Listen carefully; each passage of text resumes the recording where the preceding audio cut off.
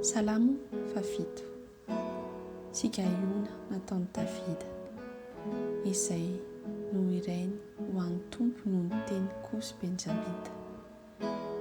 Tompo Andriamanitro, ianao no mialofako, fonjeo aho amin'izay rehetra manenjika ahy, ka afao, fandrao ny fanahiky, viravirainy tahaka ny fanaony liona, ary kepokepoiny ka tsy misy mamonjy. Tompo Andriamanitro, raha nanao izany aho, raha misy eloka eo an-tanako, raha namaly ratsy izay tsara fihavanana tamiko aho, hovonjeko azy izay nampahory ahy tsy ahoana, dia aoka ny fahavalo hanenjika ny fanahiko, ka hatratra azy, eny, aoka izy hanitsaka ny haiko amin'ny tany, ary hampandry ny voninahitra amin'ny vovoka. Tompo, mitsangana amin'ny fahatezeranao, misandrata hisaka ny fisafoky ny mpampahory ahy, ary mifoaza hanampy ahy, fa didy marina no navoakanao. Aoka ny firenena maro hivory manodidina anao, ary miverena ho any amin'ny avo eo amboniny anao. Ny tompo hitsara ny firenena.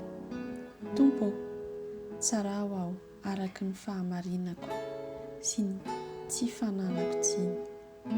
Ako ho tapaka ny ratsy ataony ratsy fanahy, fa ampitohery kosa ny marina. Fa Andriamanitra marina no mamantatra ny fo sy ny vo. Ny hampingako dia ao amin'Andriamanitra, mpamonjy ny mamitsy fo. Mpitsara marina Andriamanitra, eny, Andriamanitra izay tezitra isan'andro.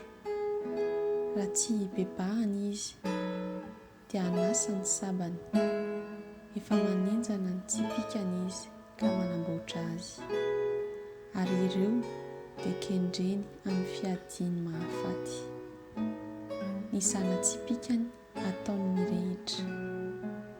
Indro efa marary hiteraka zava-poana ireo.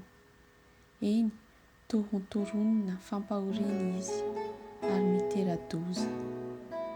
Miady lavaka izy ka manalalaka izany, dia latsaka ao anatin'ny longona ataony ihany izy.